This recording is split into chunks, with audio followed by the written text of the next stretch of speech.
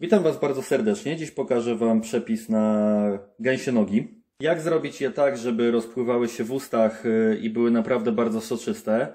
A przy okazji pokażemy Wam przepis na sos petarda, naszym zdaniem. Co będzie nam potrzebne do przygotowania? Ja mam już umyte 4 duże gęsie nogi.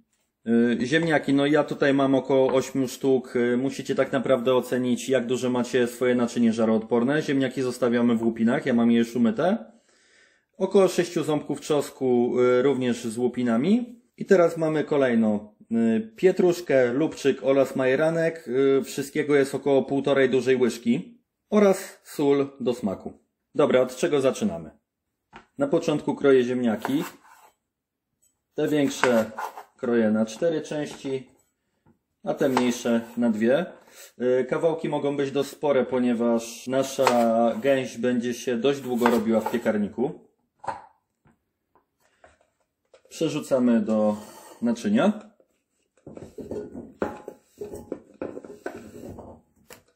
Czosnek wrzucamy razem z łupinami, natomiast ja lekko miażdżę każde z nich.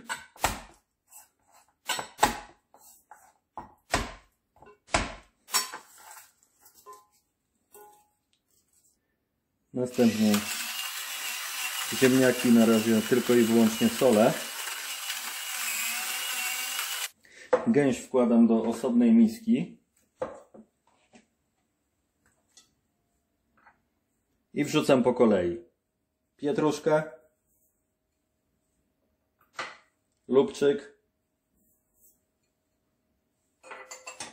oraz majeranek. I dodatkowo solę.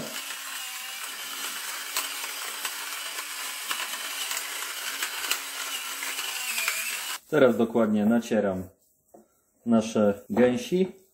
Większość osób dodaje do gęsi jabłka, ponieważ bardzo ona lubi owoce. Akurat my w tej wersji nie dodajemy jabłek, ponieważ będziemy ją podawać z pysznym sosem z owoców leśnych. Przepis znajdziecie oczywiście na naszym kanale. Koniecznie musicie spróbować. Ok. Tak naprawdę, jeżeli mamy więcej czasu, możemy gęś zamarynowaną wstawić na noc do lodówki lub chociaż na kilka godzin. Natomiast my robimy dzisiaj bardzo szybko ten obiad, więc nie mamy tego czasu. Gęś przekładam na ziemniaczki skórą do dołu.